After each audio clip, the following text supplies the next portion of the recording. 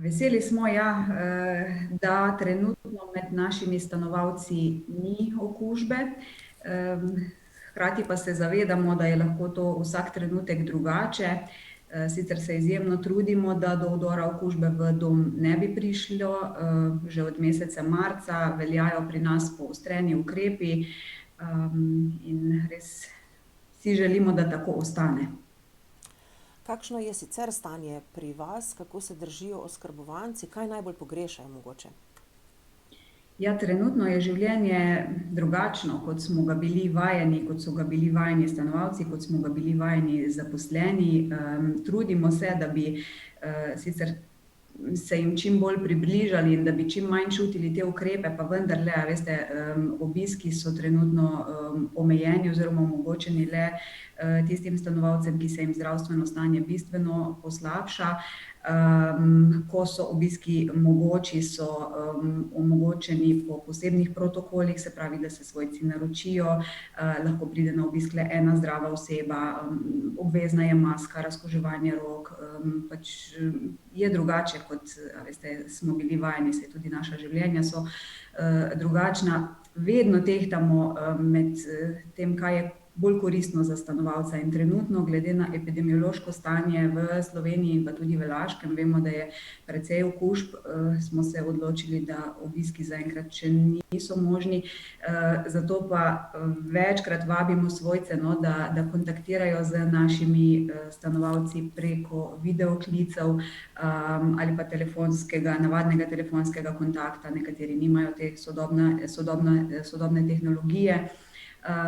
V ta namen imamo posebne telefonske aparate in res ponovno vabim svojce, pokličite na recepcijo na številko 03-734-5 600 in se dajte dogovoriti za video oziroma navaden telefonski klic z vašim stanovalcem, vašim svojcem. To lepo teče, pa še vendar vseeno spodbuda, če kdo tega še ne ve.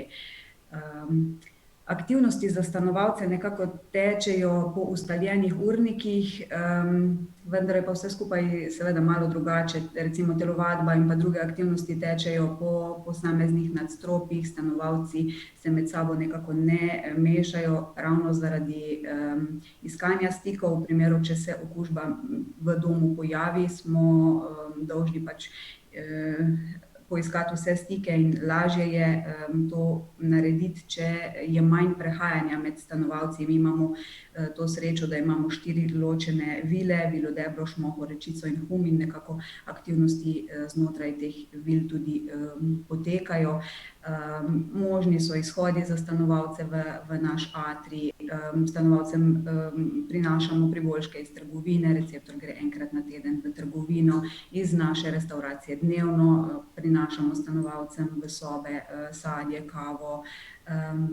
Prehrana je trenutno tudi po sobah, nekaj časa smo imeli obroke v jedilnici še, tako da je vsak stanovalec sedel za svojo mizo, vmes smo zračili, razkuževali, ampak smo se trenutno odločili, da je bolj varno, da so obroki v sobah, tako da potekajo stvari na drugačen način, kot smo bili vajeni. Kako krotite, če smem v narekovajih reči, vaše zaposlene, da do teh okužb ne prihaja, oziroma kako to kontrolirate?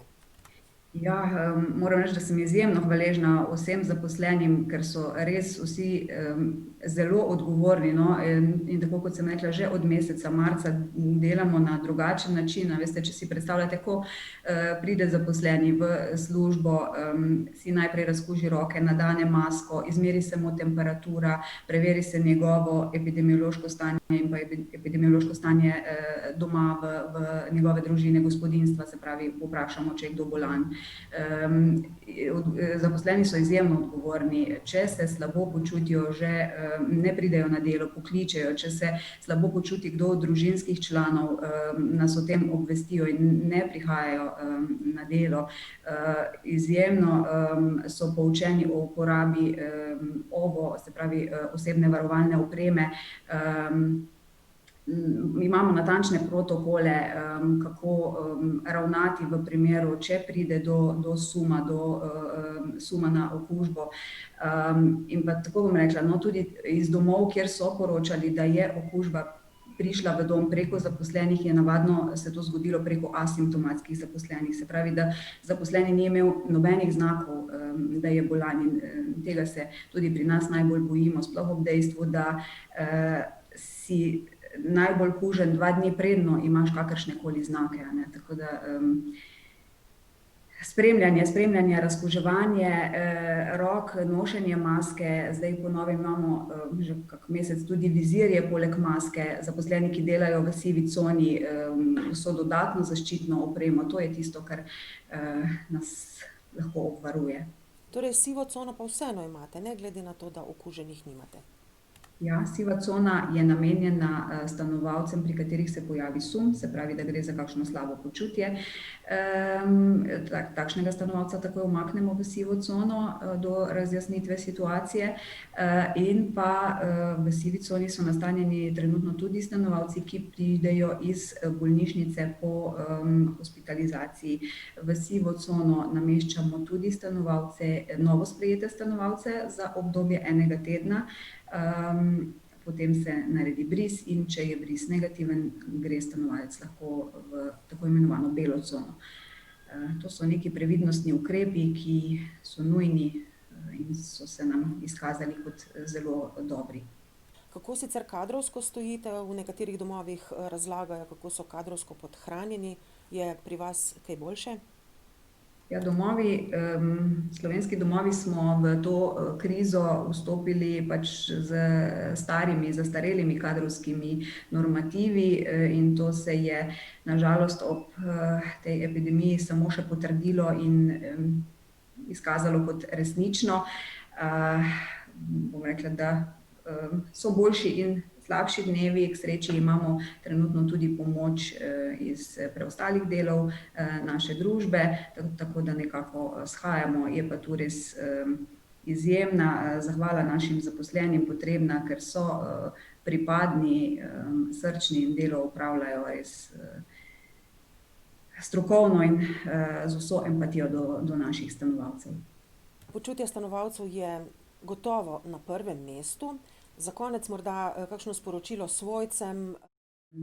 Hvala svojcem za razumevanje, tako kot sem že rekla, vedno tehtamo med tem, kaj je bolj koristno za naše stanovalce. Zavedamo se, da je odtegnitev teh socialnih stikov sigurno težka tako za svojce kot tudi za stanovalce, pa vseeno, tako kot sem omenila, glede na slabo epidemiološko sliko, ocenjujemo, da je trenutno bolje, da so obiski omejeni in da vzpostavljamo kontakte preko telefonov, preko videoklicev, tudi preko pošte.